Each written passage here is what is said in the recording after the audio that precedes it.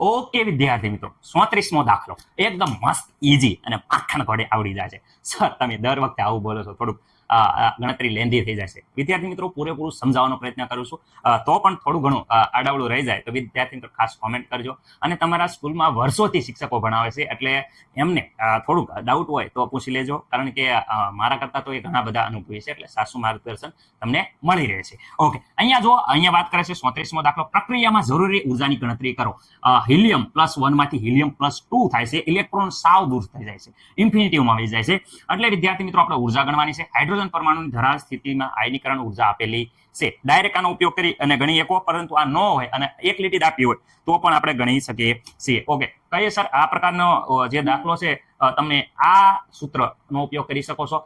જોઈ શકો છો અહીંયા માઇનસ નિશાની આપણે લખતા નથી. કેમ સર લખતા નથી? કારણ કે વિદ્યાર્થી મિત્રો આપણે અહીંયા નીચી ઉર્જા વાળું પહેલા લખીએ છીએ, પછી ઊંચી ઉર્જા વાળું સ્તર લખીએ છીએ. ઓકે સર, રેડી છે. ચલો આપણે એ સૂત્રનો ઉપયોગ કરીશ. પહેલા હું તમને દેખાડી દીધું છે એટલે મને નથી લાગતું કે કોઈને કાંઈ પ્રોબ્લેમ હોય. હાઇડ્રોજન પરમાણુ માટે આપી છે સર અહીંયા, તો આપણે જો તો એ સૂત્રથી આવી જાય છે. તો હું અહીંયા ગણતરી કરું છું. આટલું લાંબુ તમારે કરવાનું નથી, આ તમને સમજાય ને પર એટલે પરમાણુ ની વિદ્યાર્થી મિત્રો ધરા સ્થિતિમાં કે છે આયનીકરણ ઉર્જા. રેડી? તો હાઇડ્રોજન પરમાણુની આયનીકરણ ઉર્જા આપણે ગણીએ છીએ. ઓકે સર, સૂત્ર શું છે? તો અહીંયા વિદ્યાર્થી મિત્રો આપણે બ્લેક કલરથી લખીએ જેથી કરીને તમને ઓકે En = બધાને ખબર છે. રેડી? ઓકે, શું છે? રીડબર્ગ અચળાંક. ઓકે સર, રીડબર્ગ અચળાંક. ઓકે, ઇન્ટુ શું લખવાનું છે વિદ્યાર્થી મિત્રો?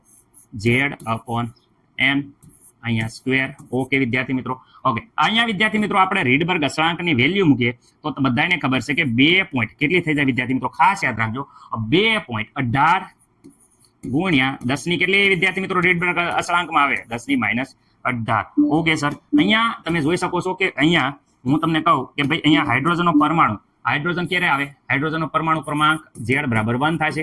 રેડી? તો વિદ્યાર્થી મિત્રો Z = અહીંયા 1 થાય છે. એનું છે મુખ્ય ક્વોન્ટમ આંક એટલે વિદ્યાર્થી મિત્રો 1s 1 માં ઇલેક્ટ્રોન જાય છે. મુખ્ય ક્વોન્ટમ આંક 1 આવે તો અહીંયા પણ 1 આવે, એટલે છેદમાં કોઈ n લખવાનો નહીં. ઓકે, આ તો મેં તમને સમજાવવા માટે લખ્યું છે, પછી એમ કહી કે સાહેબ સૂત્ર ભૂલી ગયા. રેડી? અમુક વાર ભૂલી જાવ છો, માણસ માત્ર ભૂલને પાત્ર, પણ આ વખતે રેડી છે વિદ્યાર્થી મિત્રો.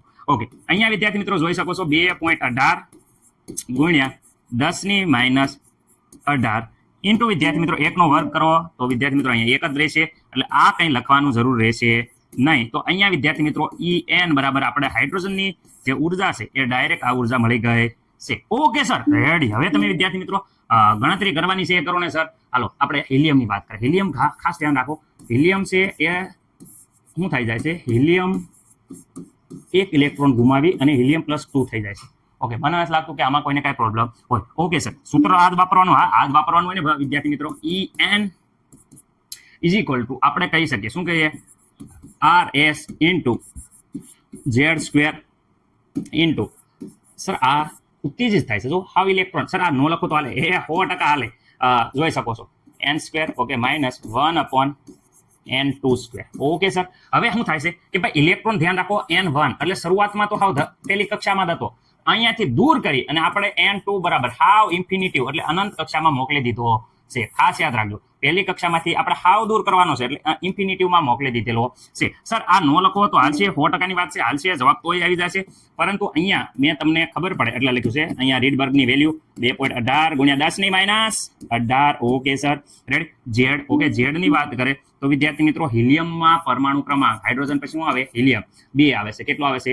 2. તો Z બરાબર વિદ્યાર્થી મિત્રો 2 નો વર્ગ. ઓકે સર, હવે અહીંયા n2 વિદ્યાર્થી મિત્રો 1s, અહીંયા કોનો સ્ક્વેર આવે? 1 નો સ્ક્વેર જોઈએ, n1 બરાબર જોઈ શકો છો.